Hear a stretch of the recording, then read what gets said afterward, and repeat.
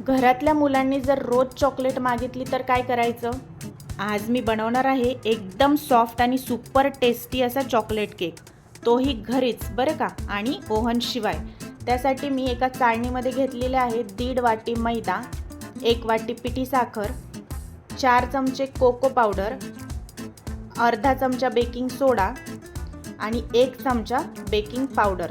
ही सर्व dry ingredients एका चाळणीने छान बारीक चाळून घ्यायचं आहे, जेणेकरून आपल्या केकमध्ये कुठल्याही प्रकारच्या गाठी राहणार नाही आणि स्मूथ बॅटर तयार होईल. नंतर मी एका पातेल्यात 1 कप दूध घेतलेले आहे. त्यामध्ये पाव वाटी इतकं घरी तयार केलेलं लोणी घेतलेलं आहे. हे लोणी मी फ्रेश आजच बनवून तयार केलं होतं.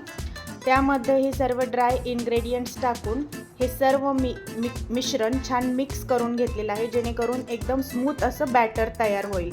आणि हे बॅटर एका ग्रीस केलेल्या केक टीनमध्ये टाकून त्यावरती चॉकलेटचे फ्लेक्स टाकून घेतलेले आहेत. आणि मी कुकरमध्ये किंवा छोट्या आपण कढईमध्ये सुद्धा हे एक अर्धा तास बेक करून घेऊ शकतो.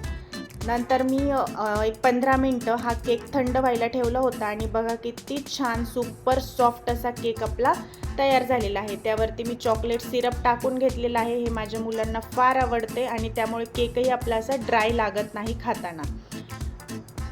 खरंच सांगते, मार्केटपेक्षा खूप टेस्टी केक लागतो. आणि तुम्हाला जर ही रेसिपी आवडली असेल तर व्हिडिओला नक्की लाईक करा, चॅनलला सबस्क्राईब करा आणि अशाच सोप्या रेसिपीसाठी बेल आयकॉन नक्की दाबा.